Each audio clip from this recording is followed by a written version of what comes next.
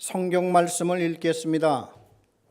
오늘 하나님의 말씀은 마태복음 5장 38절에서 48절까지 성경을 읽겠습니다.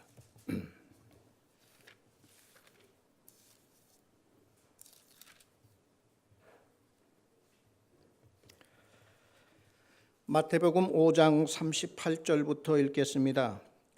또 눈은 눈으로 이는 이로 갚으라 하였다는 것을 너희가 들었으나 나는 너희에게 이르노니 악한 자를 대적하지 말라.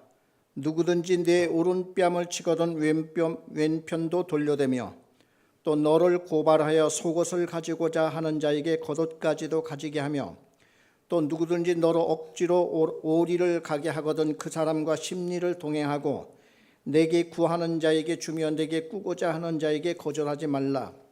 또 내 이웃을 사랑하고 내 원수를 미워하라 하였다는 것을 너희가 들었으나 나는 너희에게 이르노니 너희 원수를 사랑하며 너희를 박해하는 자를 위하여 기도하라.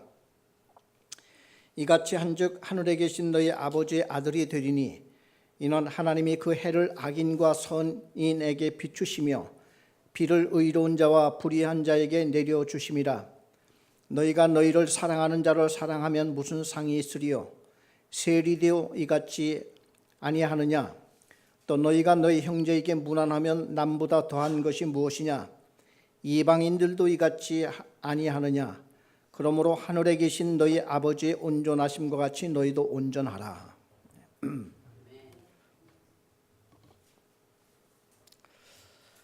우리는 이 율법에 대해서 우리 항상 읽을 때마다 큰 갈등과 참 어려움을 느낍니다. 우리는 예수를 믿음으로 우리는 구원을 받은 백성들이고, 그렇죠. 우리 행위로는 우리가 구원을 받을 수가 없지요. 왜냐하면 아무리 우리가 행위를 잘한다 할지라도 우리는 우리 행위로 하나님을 만족시킬 수도 없고, 또 우리는 근본적으로 죄인으로 태어났기 때문에 이 죄를 벗어날 수가 없습니다.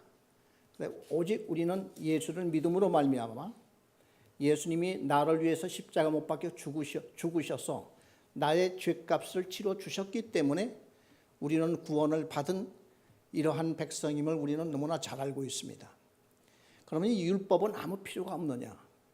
우리 구원받은 백성들에게 율법은 그저 이제는 그 모든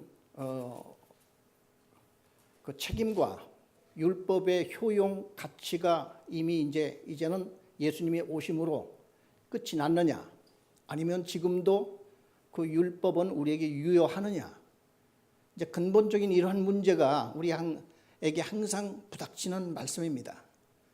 그래서 이것을 우리가 잘 정리하지 아니하면은 예수를 믿음으로써 그 행위는 그저 옛날이나 지금이나 같을 수밖에 없는, 별 발전하지 못하고 거룩하지 못하고 성화되지 못하는 이런 우를 범하는 것이 바로 이 율법에 따르는 문제가 됩니다.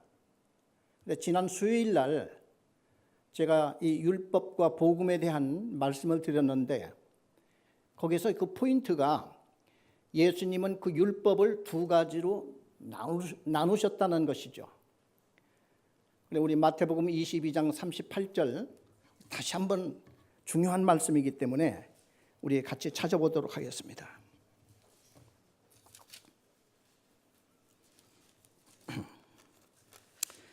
마태복음 22장 37절부터 34절부터 쭉 읽겠습니다.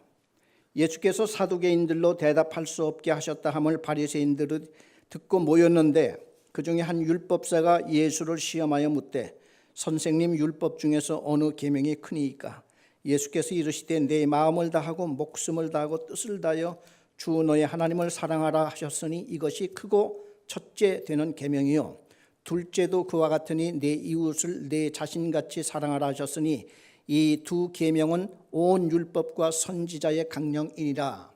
예수님께서 그 율법에 대한 이러한 말씀을 깔끔하게 정리를 해 주셨는데, 그 하나님이 애초에 모세에게 십계명을 줄 때도 그 돌판이 두 개라고 하셨죠.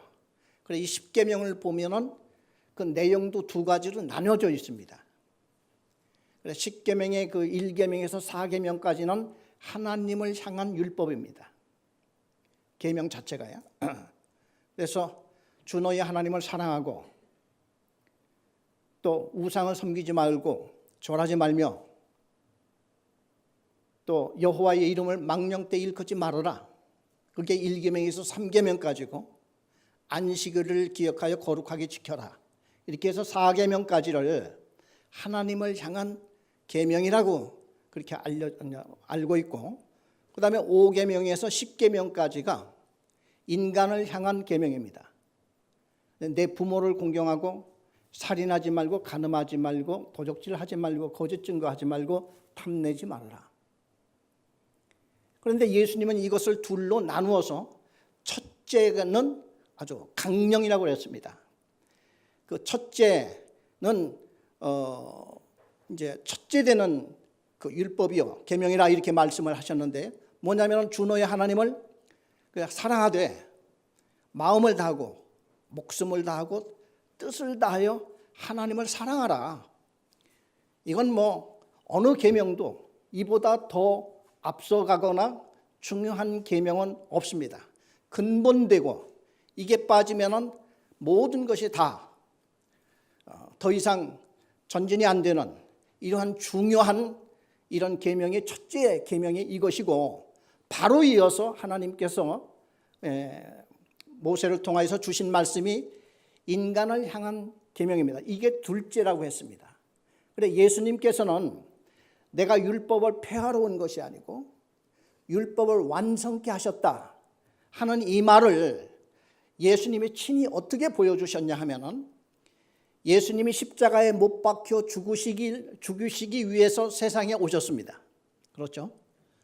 그래서 예수님은 33년 동안 이 세상에 계시는 동안, 특별히 공생의 3년 동안은 마지막에 십자가에 못 박혀 죽는 거기에 목표를 두고 기도도 그렇게 했고 또 제자들에게 경고도 그렇게 하고, 그러나 이것을 섣불리 말할 수 없는 것이 중도의 때가 되기 전에 탈날까 봐. 그래 제자들에게도 그 다른 데 가서 이 말을 하지 말아라 이렇게 예수님께서 조심시켰고 권고하셨고, 왜 중간에 뭐 이것 때문에 오히려 말을 잘못했다가는 뭐 이마저 큰 어려움을 당할까 봐 예수님은 이렇게 노심초사하면서 마지막에 십자가에 못 박혀 죽는 거기에 목표를 두시고 걸어가셨음을 우리가 잘 알죠. 그러나 예수님이 그것만이 아니라 3년 공생애 동안에 수많은 병자들과 힘들고 어렵고 눈물 흘리고 고통당하는 자들을 위로시켜 주시고 위로하고, 병자들 고쳐주시고 귀신 들린 자를 쫓아내시고 하는 이 모든 것은 첫째 계명을 먼저 십자가에 못 박혀 죽으시는 그 계명을 이루고 또 그 계명을 향해서 달려가는 동시에 둘째 계명 인간을 향한 사랑을 베푸는 걸로 완성을 시켜 나갔다 하는 얘기입니다. 그래 오늘날 우리가 예수를 믿음으로 우리는 구원을 받지만은 구원을 받은 후에 이 땅 위에서 살아가는 동안에 많은 사람들과 어울리고 부닥치고 살아나가는 동안에 우리는 그들에게 사랑을 베풀고, 계명과 마찬가지로 부모를 공경하고 살인하지 말고 간음하지 말고 도적질하지 말고 거짓 증거하지 말고 탐내지 말고 하는 이러한 것들로 우리가 본을 보여서 이렇게 행할 때에 완성을, 그러니까 율법을 폐하러 온 게 아니라 이것을 더 붙이고 더 행함으로써 완성시킨 것을 예수님이 보여주신 바와 같이 우리도 그렇게 하라 하는 말씀이 됩니다. 거기에 이어서 오늘 주신 말씀이 바로 마태복음 5장 38절 우리 읽었던 이 말씀입니다. 또 눈은 눈으로 이는 이로 갚으라 하였다는 것을 너희가 들었으나 나는 너희에게 이르노니 악한 자를 대적하지 말라. 누구든지 내 오른편 뺨을 치거든 왼편도 돌려대며. 참 우리가 어려움을 많이 느낍니다. 눈은 눈으로 이는 이로 갚으라 하였다. 이것은 구약 성경에 나오는 율법이죠. 그러나 예수님이 이에 대한 해석입니다. 뭐냐면은 악한 자를 대적하지 말라. 누구든지 내 오른편 뺨을 치거든 왼편도 돌려대며. 우리가 이것을 읽을 때 무슨 생각이 드냐면은 과연 이 말씀, 이 문자 그대로, 이 글자 그대로 누가 내 뺨을 치면은 다른 뺨도 돌려대라고 하는 이걸 그대로 우리가 순응하라고 하신 말씀인지, 아니면 여기에 대한 본 뜻이 더 있는 것인지, 이것을 우리가 알고 싶어 하는 거잖아요. 우리가 말씀을 항상 분명히 이해를 하고 그 확신을 할 때 행동이 나갑니다. 그렇죠? 그렇지 않을 경우에는 그 우리가 행동이 나갈 수가 없죠. 그래서 우리가 본 이 말씀으로 돌아가서 이 말씀 속에서 정확하게 본 의과 본 뜻이 무엇이냐 하는 것을 찾으려고 애를 씁니다. 그리고 예수님께서도 그 당시에 바리새인과 수많은 사람들이 예수님한테 와서 질문하고 그랬을 때에 반박하고 싸우고 또 말씀을 가르치고 계속 이런 일을 계속 하셨단 말이죠. 아이 그건 너희들이 알아서 해. 이 말씀이 있으니까 말씀대로 해 하고 그들을 돌려보내거나 뒤돌아서거나 한 적은 예수님이 한 번도 없어요. 항상 적극적으로 끝까지 그들이 말문이 막혀서 못하면 못했지, 예수님이 말씀을 증거하고 말씀을 설명하고 말씀의 본의를 전해주는 데에 예수님이 한 번도 소홀히 하거나 한 번도 그걸 포기하신 적이 없으시단 말이죠. 그렇죠? 자, 그래서 오늘 오른뺨을 치거든 왼뺨도 돌려대거라 하는 이 말씀이 우리가 말씀 그대로 우리가 순종을 해야 되는 건지, 아니면은 여기에 좀 더 다른 의도가 있고 다른 더 깊은 뜻이 있는지 이것을 알기를 원합니다. 이 성경도요, 이 번역물이기 때문에 우리가 보는 그 문자와 본문의 원문에 있는 문자가 어떤 때는 이렇게 잘 같은 뜻은 뜻인데 우리가 문화가 다르고 또 그 당시의 이해와 이런 것들이 다르기 때문에 우리가 성경은 그 말인데도 불구하고 우리가 이해하는 데 상당히 그 착오를 이렇게 갖게 되는 것들이 많이 있습니다. 왜냐하면 첫째는 문화도 다르고 또 이게 2000년 전, 그리고 구약 성경에는 3000년, 4000년 전의 말씀이잖아요. 그 말씀을 우리가 오늘 우리의 문화와 우리의 그 관습에 따라서 이해를 한다고 하는 것은 많은 격차가 날 수밖에 없는 이런 일들도 있기 때문에 이런 것을 우리가 감안을 하면서, 그리고 성경을 한 군데만 보면은 도무지 알 수가 없는데 다른 구조를 찾아서 연관을 시키면은 해석이 잘 나타나는 경우들이 많이 있습니다. 그래서 오늘 오른뺨을 치면은 왼뺨도 돌려대라 하는 이 말씀 역시도 예수님이 그러한 의도로 얘기를 하셨느냐, 소위 말해서 앞에 있는 사람이 나를 지금 뺨을 때렸을 때에 예수님이 그건 더 맞아야 돼 하고 이렇게 말씀을 하셨는지, 안 그러면은 여기에 대한 어떠한 다른 의도가 더 있는 것인지 이것을 중점적으로 살펴보도록 하겠습니다. 먼저 눈은 눈으로 이는 이로 갚아라 하는 말씀부터 우리가 다시 한번 보겠습니다. 왜냐하면 예수님이 이 말씀을 이어서 이렇게 오른뺨 왼뺨이라는 말까지 따라 나온 것이지, 오른뺨을 치면 왼뺨도 돌려대라 하는 말이 구약부터 있는 게 아니란 말이죠. 그래서 구약 성경으로 다시 한번 돌아가서 눈은 눈으로 이는 이로 갚으라 하는 이 말씀을 한번 찾아보겠습니다. 출애굽기 21장 24절입니다.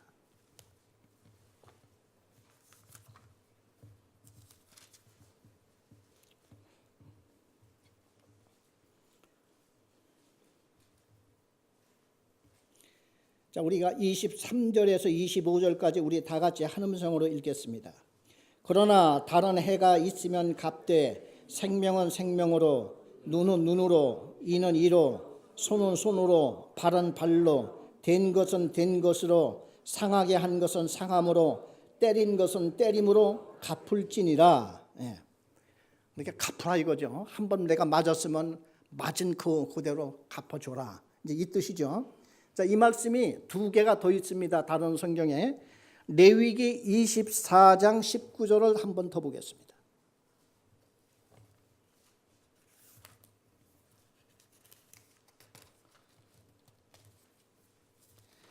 레위기 29장 14절. 아니, 레위기 24장 19절.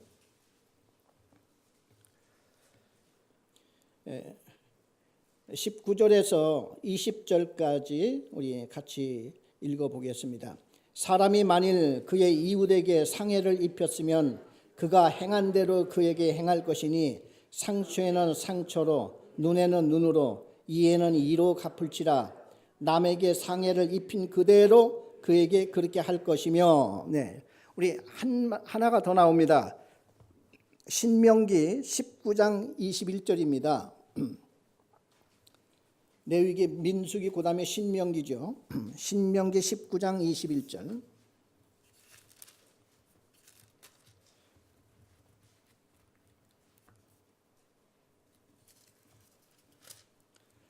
우리 21절을 다 같이 읽어보겠습니다. 내 눈이 긍휼히 여기지 말라. 생명에는 생명으로, 눈에는 눈으로, 이에는 이로, 손에는 손으로, 발에는 발로이니라. 네, 이렇게 지금 돼 있는데, 그러니까 여기서 예수님께서 이제 이것을 이제 해석을 하고 풀어주는 데에 이것 말고 성경을, 그 율법을 그 풀어주는 예가 하나 더 있는데, 성경에 보면은 그 이혼에 대한 그 율법을 예수님은 그 사람들에게 설명해 주는 말이 나옵니다. 마태복음 19장 6절을 우리 다시 한번 보겠습니다.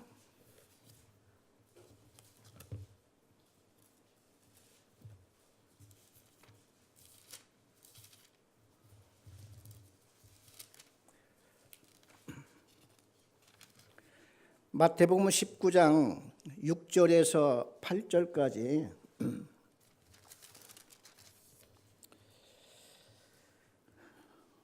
우리 다 같이 한 음성으로 마태복음 19장 6절에서 8절까지를 읽겠습니다.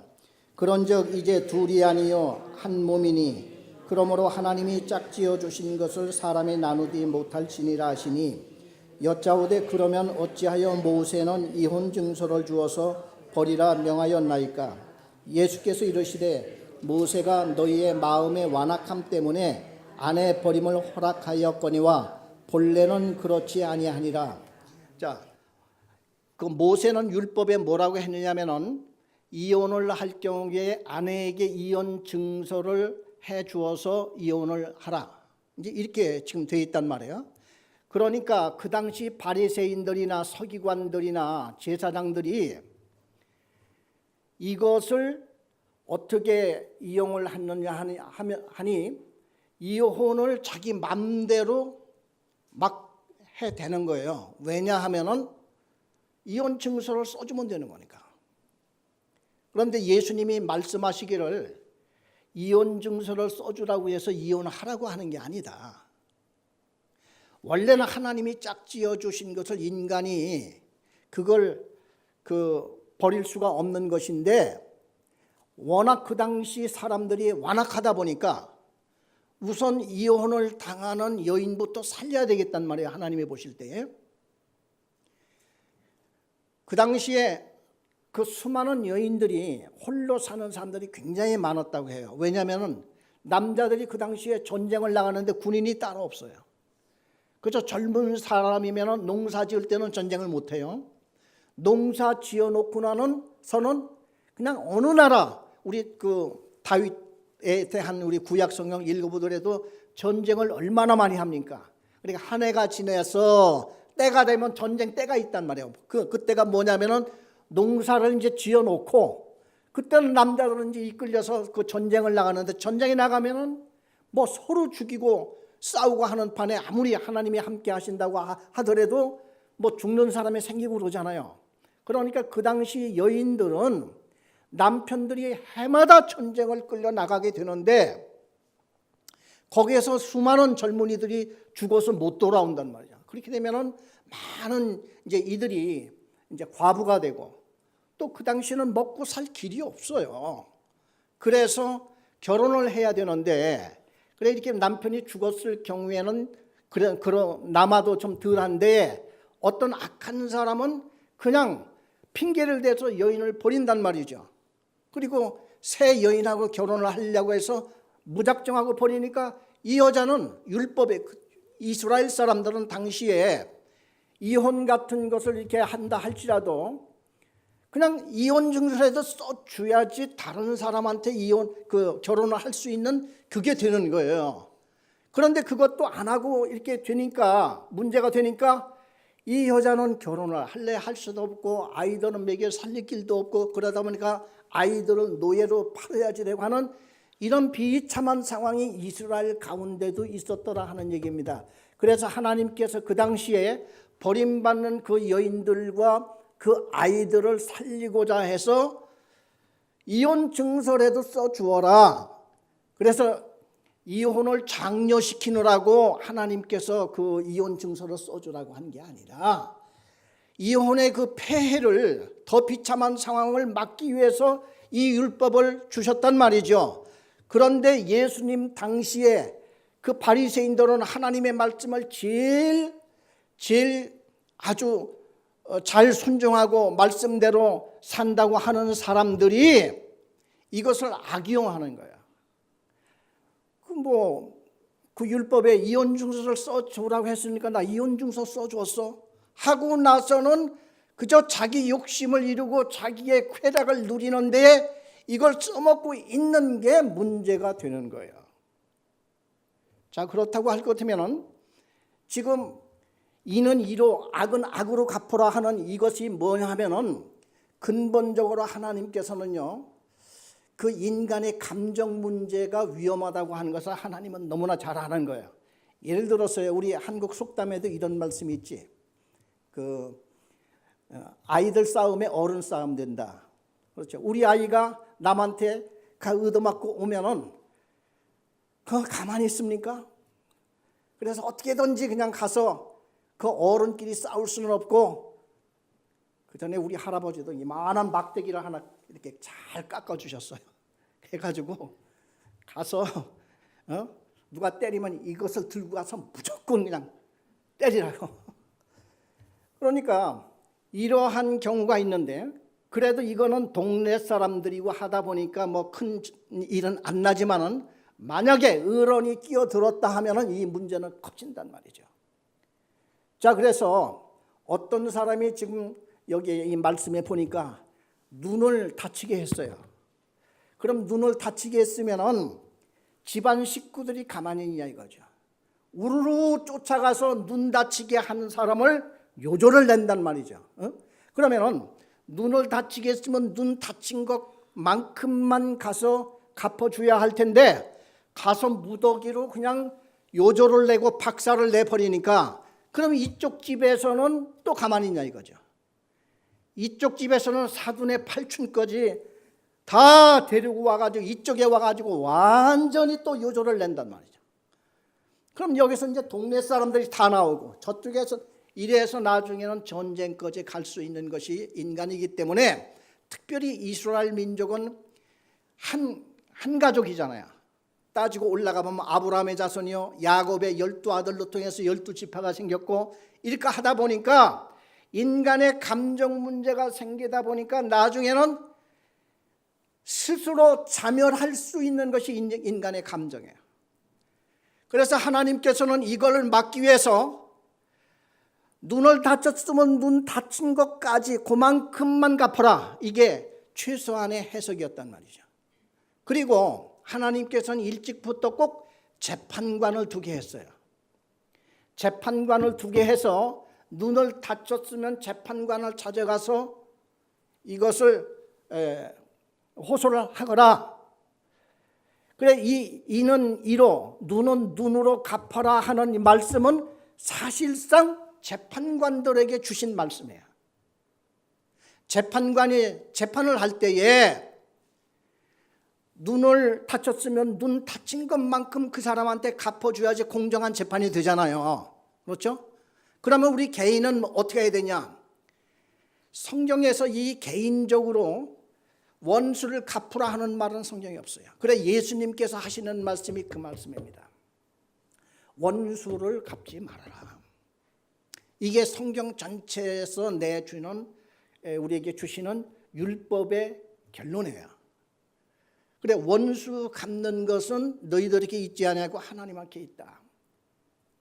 그리고 이것을 재판관한테 맡기고 그 다음에 보복을 하지 말아라. 이게 우리 믿는 자들에게 주신 하나님의 사명이고 이게 결론입니다. 그래서 여러분들이 이 법만 잘 지키면요, 이 법만 잘 지키면은 사실상 편안해요. 우리가 다들 왜 씩씩대고 밤에 잠을 못 자는 거 하니? 당한 것 때문에 그러는 거야. 당한 것 때문에. 그래, 그 당한 것 때문에 우리가 그러는데, 이것을 일단은 주님 앞에 맡겨라 이거예요. 하나님께 맡기고 있으면은 하나님이 해결해 주신다는 거예요. 여러분, 앞으로 여러분이 당한 것을 하나님이 어떻게 해결해 주시는가를 앞으로 연구하세요. 저는 늘 그거를 나름대로의 늘 생각하며 관찰하며 그렇게 보내고 있습니다. 왜냐? 저 역시도 때로는 억울하잖아요. 저 역시도 어떤 때는 정말 당했다고 생각하면 굉장히 억울하지 않습니까? 그렇지만은 이것을 하나님께 호소하고 주님께 말씀하고 주님 앞에 맡기고 나서 이 일이 어떻게 돌아가는지 오랜 기다림을 보면서 지나다 보면은 어떻게 나간다고 하는 것이 보이기 시작해요. 이게 굉장히 중요한 말씀이라고 저는 생각합니다. 자, 그러면은 여기서 다시 한번 이제 본문으로 돌아가서 이런 말씀이 나옵니다. 오른뺨을 치면 왼뺨을 돌려대라 하는 이 말씀을 어떻게 해야 되느냐? 그 사람을 때리는 사람이 있죠, 대부분이. 사람을 때릴 때에 때리는 사람들을 이렇게 보면은 약간 정신적인 문제들이 좀 있어요. 특별히 술을 먹고 때리는 사람은 이건 아주 그냥 학대요. 이건 정신적인 큰 문제가 있습니다. 미국 같은 데서는요, 술 먹고 때렸다 하는 걸 법으로 봐주는 게 아니라 더 벌이 엄합니다. 왜냐하면 술이라는 매개체의 뒤에 숨어서 악을 지금 행한다고 미국에서는 그렇게 보고 있기 때문에 요즘에 그 한국 지금 이렇게 뉴스나 이런 데 언뜻 이렇게 보니까 나영이 옛날에 저는 그 사건을 잘 모르겠는데 나영이라고 하는 어린아이를 이렇게 성적으로 학대하고 그냥 이 신체적으로 크게 아주 이렇게 다치게 하고 이런 사람이 술김에 그랬다 해서 몇 년 안 받았다고 그래요. 이제 그 사람이 지금 나올 때가 됐대요. 그럼 나오면 동네 사람이 그 사람하고 같이 버스 타고 다녀야지 되고 해야 되느냐 하는 무슨 이런 것들이 지금 이렇게 나오고 있단 말이죠. 그럼 이 술을 먹고 했으면은 가만히 되느냐? 이거는 상당히 어려운 문제입니다. 저는 이 술 때문에 그렇다 하는 것은 습관이라고 봅니다. 습관. 그러니까 술을 먹으면은 그냥 나 정신 없어. 그런 것을 근본적으로 자기가 해결하지 않으면은 누가 해결합니까? 그래, 그런 사람을 도와준다고 하면 사회가 어떻게 되겠습니까?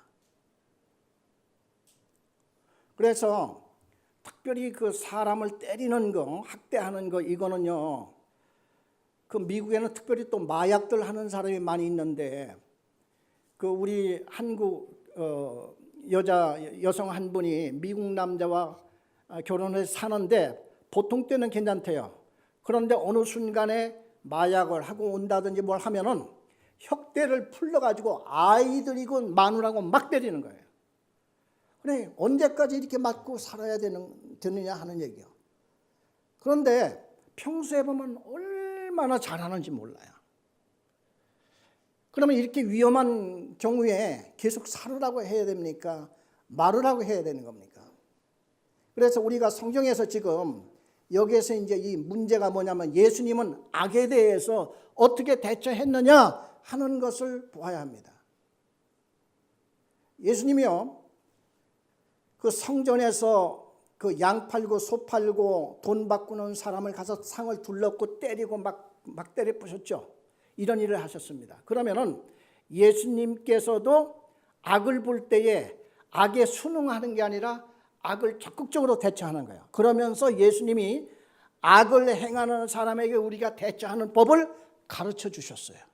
우리가 그걸 한번 찾아보도록 하겠습니다. 마태복음 18장 15절을 보겠습니다.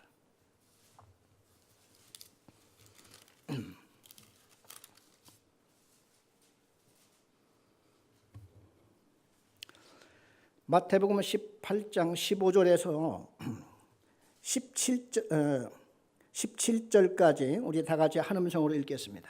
내 형제가 죄를 범하거든 가서 너와 그 사람과만 상대하여 권고하라. 만일 들으면 네가 내 형제를 얻은 것이요 만일 듣지 않거든 한두 사람을 데리고 가서 두세 증인의 입으로 말마다 확증하게 하라. 만일 그들의 말도 듣지 않거든 교회의 말하고 교회의 말도 듣지 않거든 이방인과 세리같이 여기라. 악을 피하라고 하는 것이 예수님의 근본 목적이 아니고 어느 형제가 죄를 짓거든 찾아가라 이건 적극적이죠. 아이고 그거 하나님이 해주시겠죠. 그게 아니라 찾아가라 이겁니다. 찾아가서 개인적으로 얘기를 해서 그 말을 잘 듣고 이 사람이 회개하고 돌아오면 그 형제를 얻은 것이요 만일 이 사람이 말을 안 들으면은 두세 사람이 증인을 데리고 가서 또 얘기하라 이거야. 그래도 말을 안 듣거든 죄인과 세리 같이 여기라 이거야. 이거 완전히 죄인같이 취급하라 이거예요. 그래서 그러면은 그 예수님께서도 성전에서 소 팔고 양 팔고 장사하고 하는 사람들을 가서 이 때려 부시고 이렇게 했잖아요. 그럼 악에 대한 대처를 예수님께서는 적극적으로 행하라 이겁니다. 그러면은 오른뺨을 치면 왼뺨도 돌려대라 하는 말이 뭡니까? 그래서 많은 학자들과 성경을 보는 사람들이 이 해석은 보복하지 말라 하는 말씀으로 이것을 해석을 결론을 냅니다. 때렸으면은 바로 이어서 막 보복하고 싸우고 그럴 게 아니라 일단은 보복을 하지 말라고 했었으니까 이 사람을 그냥 두라고 하는 게 아니라 예를 들어 누가 내 뺨을 치면은 빨리 피해야 되는 게 일단 도리겠죠. 빨리 피해야 되겠죠. 그거 얻어맞고 있으면 어떻게 되겠습니까? 그리고 그 사람을 법에 호소를 하던가 이렇게 하고 대신 보복은 하지 말아라. 이것입니다. 한 번은요, 제가 미국에서 목회를 할 때에 그 경찰서에서 전화가 왔어요. 한국 사람 하나가 지금 경찰서에서 이게 지금 감금이 돼 있는데 말이 안 통한다. 그러니 와서 좀 도와줄 수 있겠느냐. 그래서 이제 우리 집 사람과 이제 저하고 같이 갔더니 이 사람이 이 손도 이렇게 쇠사슬로 이렇게 묶였고 밑에 발도 쇠사슬로 이렇게 묶였더라고. 야, 무슨 범죄를 이렇게 큰 범죄를 했나 했더니 마누라 한 대 때린 거야. 부인을 싸우다가 한 대 때렸는데 이 사람들은 한국에서 금방 미국으로 와서 사는 사람들이야. 그러니까 누구 집에 얹혀서 사냐면 처제 집에 얹혀서 살아요. 처제는 그 미국 사람하고 오래전에 결혼을 해서 미국에 오래 사는 처제예요. 그런데 그 언니하고 형부하고 막 투닥투닥 싸우다가 형부가 자기 언니 뺨을 딱 때리는 걸 봤단 말이야. 그러니까 이 처제가 바로 전화를 한 거예요. 경찰에다 신고를 했더니 경찰에서 왱 와가지고 때렸단 말이야. 그러니까 경찰이 당신 때렸느냐? 그러니까 때렸다. 그러니까 그 자리에서 딱 수갑을 채우고 경찰서에 끌고 가서 딱 발까지 족쇄를 채우고 그렇게 하고 거기 갇혀 있더라고요. 그래 봤더니 뭐 한 대 때린 거예요. 그래 미국의 법이 이렇게 사람을 학대하고 때린 이거를 엄하게 다스린다 하는 걸 모르는 거죠. 그래서 이제 그 사람한테, 이 한국 사람한테 잘 얘기를 했죠. 미국에는 이거 큰 법이다. 아이를 때린다든지 부인을 때린다든지 누구를 때린다든지 간에 그 현장에서 체포되면 이렇게 된다. 그러나 그 신고를 한 처제가 경찰서에다 다시 전화를 해서 내가 용서를 하겠다 이렇게 하면은 풀려날 수가 있는 거예요. 그래서 제가 가서 그 처제를 만나서 자, 이제 당신 형부가 미국에 와서 아주 지금 대단히 이제 혼이 나고 미국 법을 잘 알았을 테니까 용서해 줘라. 뭐 감옥에 더 오래 있으면은 뭐 어떡할 거냐. 지금 그들도 먹고 살아야지. 잘 얘기를 했더니만 이 처제가 다시 경찰서에다 전화를 해서 자, 그걸 화해할 테니까 그 형부를 풀어줬으면 좋겠다. 이렇게 얘기를 해서 풀어나고 이분들이 우리 교회를 잘 나오기 시작하면서 그 당시 우리 교회 건축을 할 때인데 또 목수예요. 보니까 이 남자가 목수 일을 또 얼마나 잘하고 이렇게 해서 아주 이렇게 지낸 적이 있습니다.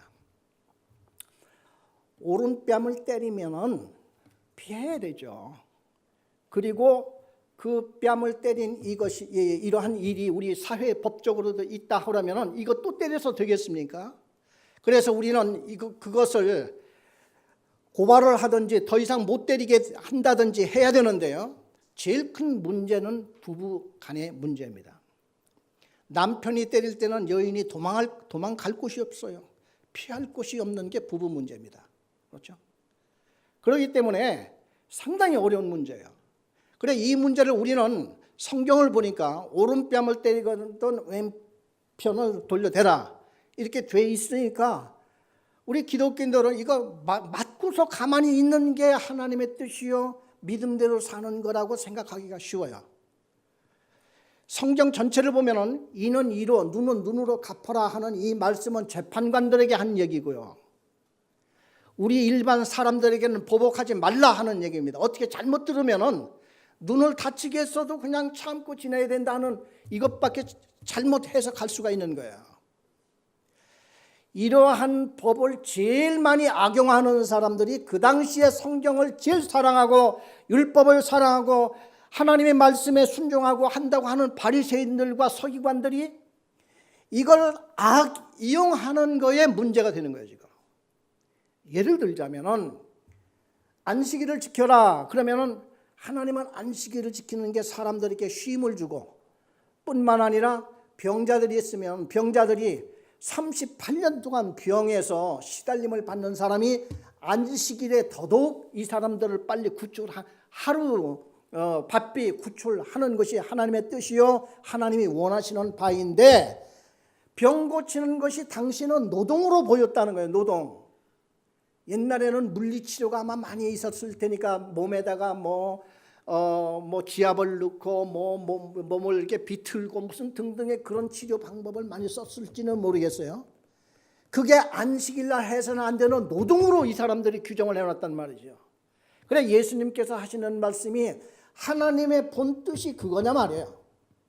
하나님의 본뜻은 우리에게 인간에게 쉼을 주고 뿐만 아니라 우리 모든 인간들에게 병에서 구출을 받고 하는 게 하나님의 본뜻인데 병자들은 38년 동안 그 불편한 육체 속에서 있는 그 사람을 고쳐준 건 하나님의 본뜻에 너무나 잘 맞는 것이잖아요. 마가복음에 보면은 이런 말씀이 또 있어요.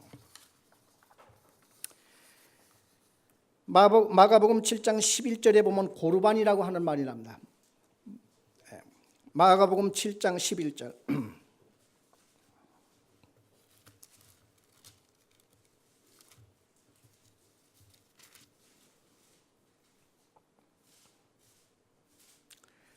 11절에서 우리 13절까지 다 같이 한 음성을 읽겠습니다. 너희는 이르되 사람이 아버지에게나 어머니에게나 말하기를 내가 드려 유익하게 할 것이 고르반 곧 하나님께 드림이 되었다고 하기만 하면 그만이라 하고 자기 아버지나 어머니에게 다시 아무것도 하여 드리기를 허락하지 아니하여 너희가 전한 전통으로 하나님의 말씀을 폐하며 또 이같이 일을 많이 행하느니라 하시고. 자, 그 당시에 어머니와 아버지에게 마땅히, 지금 그거 율법이잖아요, 그렇죠? 내 부모를 공경하라 하는 거 율법이니까 어머니와 아버지에게 드려야 할 이런 것들을 하나님께 드려야 할 것이 부족해서 어머니 아버지 죄송하지만은 이거를 드렸습니다 하는 그 제단에 드린 그것이 고르반이라는 아마 제물이었던 것 같아요. 그래서 껄핏하면은 고르반으로 드렸습니다 이렇게 해서 그런데 예수님이 볼 때는 하나님 앞에 그렇게 정성껏 제사를 드리고 정말 드릴 것이 없어서 부모님한테 드릴 것이나 말해도 갖다 드렸다 하는 그것보다는 그냥 부모님들에게는 그냥 그냥 늘상 드리지 않는 거예요. 그러니까 고르반이라는 얘기를 숱하게 하더라 하는 얘기야. 이게 하나님의 본 뜻이냐? 예수님께서 하시는 얘기입니다. 그래서 하나님의 말씀, 이 율법을 가장 악용을 많이 하는 사람이 그 당시 그 유태인들이었고, 지금 현재 이슬람 문제가 그거예요. 어떤 사람은 그럽니다. 원뜻은 그렇지 않아. 원뜻이 그렇지 않으면 그건 뭐 해요? 실질적으로 수많은 사람들이 그거를 놓고 지금 패싸움을 걸고 전쟁을 하고 나라를 세우겠다고 하고, 옛날에 그 아프가니스탄의 탈레반 이 사람들이 정권을 잡은 후에 문화재 그냥 다 무너뜨리고 그거 다 우상이라고 말해요. 이런 식으로 하고 여인이 무슨 음란한 무슨 일을 했다 해가지고 현장에서 총으로 사람들 운동장에다 잔뜩 모아놓고 이렇게 하고, 이런 일들이 이슬람에서 하고 있단 말이죠. 그러면 원래 그 뜻이 아무리 거룩한다 할지라도 그분들에게 제일 큰 문제가 뭐냐면 이슬람에는 성직자가 없어요. 우리 기독교의 목사나 여기에 이러한 전문적으로 이거에 대해서 전적으로 백성들한테 가서 가르치고 말씀대로 잘 하라고 이렇게 하고 하는 이것이 그분들은 없고, 그 사람들은 하루에 절 5번만 하면 그냥 다 되는 거예요. 그냥 그 지남철 이걸 들고 다니면서 그냥 메카가 어느 쪽이냐 이거 하면서 거기다 자리 깔아놓고 절하고, 이게 그 사람한테는 다야. 율법을 잘하고 있고 말고 그런 게 없어요. 그래서 그분들이 제일 큰 문제가 많은 게 뭐냐면 정권을 자기들이 잡아야지 돼요. 정권을 잡기 위해서는 이 말씀을 갖다 들이대면서 그렇게 다 원수요, 다 적이고. 그래 자살 폭탄 테러 이 사람들 지원자가 그냥 특별히 그 순진한 여자들, 아이들, 청소년, 얘들은 그냥 말 한마디를 잘 구슬리면은 막 의구심이 막 의분이 그냥 충천해서 죽어도 좋다. 그래 여기다가 폭탄 잔뜩 두르고 가서 버튼 한번 누르면 그냥 꽝 터지면 수백 명이 막 죽고 그러잖아요. 역전이고, 어떤 때는 결혼식 막 그 중간에 끼어 있어서 그거 누르고, 이게 다 뭐냐 말이죠. 이건 원수 갚는 것이고 보복하는 것이고 그런 거예요. 그래서 우리가 성경 전반적으로 볼 때에 악을 우리가 잘 지혜롭게 대처를 해야지, 오른뺨을 치고도 왼뺨을 돌려대라 하는 것은 보복하지 말아라 하는 차원에서 이걸 해야지 되고요. 악을 우리가 대처하는 방법은 내 형제가 악에 빠지거든 찾아가서 권유해서 회개케 만들고, 말 안 들으면 두세 사람이 가서 증인을 대서 더 얘기를 하고, 더 말 안 들으면 완전히 죄인같이 취급하라, 이렇게 얘기한 것이 있단 말이죠. 우리 그 고린도전서에서도 보면은 고린도전서 5장 12절을 우리 같이 한번 보겠습니다.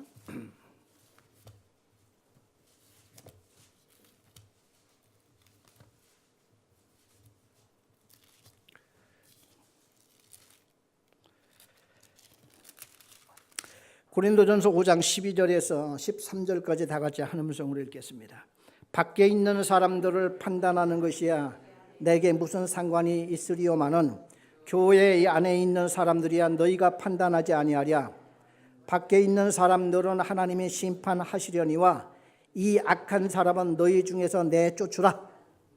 교회 안에서도 문제가, 예를 들어 세상에서 뭐 간음을 하고 살인을 하고 무슨 죄를 짓고 하는 사람들을 우리는 전도해서 교회로 데려와야 됩니다. 왜? 구원을 해야지 되고 그 사람들에게 복음을 전해서 새 사람으로 만들어야 되니까. 그러나 문제는 교회 안에 있으면서 오히려 하나님의 말씀을 역행하고 역이용하고 오히려 분란을 일으키고 하는 것은 내쫓든지 이것을 잘 권면해서 이것을 예수님의 방편대로 가서 개인에 가서 권면을 하고 두세 사람의 증인을 대서 권면하고 안 되면은 그냥 내쫓든지 이런 식으로 악을 대처할 것을 성경 전반적으로 가르치고 있단 말이에요. 대신 우리가 꼭 주의해야 될 것은 원수는 갚지 말아라. 원수는 갚지 말아라 하는 얘기입니다. 그래서 우리가 원수를 갚지 않으면 참 편안하고 그리고 하나님 앞에 모든 걸 맡김으로써 우리가 내 할 일을 해나가고 이렇게 하면 되는 겁니다. 그래 오늘 그 율법을 볼 때에 예수님께서도요 십자가에 못 박혀 죽으시는 그거 하나만을 일러 매진한 건 아닙니다. 두 번째 율법, 사람에게 행하는 그 당시에 병 고쳐 달라고 찾아오는 사람들, 고아와 과부의 그 눈물 흘림, 그 억울한 거, 귀신 들린 거, 이것을 치료해 주기 위해서 예수님은 밤잠을 주무시지 못하고 항상 바쁘셨단 말이죠. 이게 제2의 율법이에요. 둘째 율법이었단 말이에요. 사람에게 행하는 거. 그렇기 때문에 오늘 하나님도 잘 믿는 동시에 우리가 서로 사람 간에 서로 정과 따뜻함과 또 그들을 위해서 우리가 함께 사랑을 나누고 적극적으로 돕고 이렇게 하는 이것까지도 우리는 버리지 말고 나가는 것이 율법의 완성이라 하는 얘기죠. 같이 기도하겠습니다.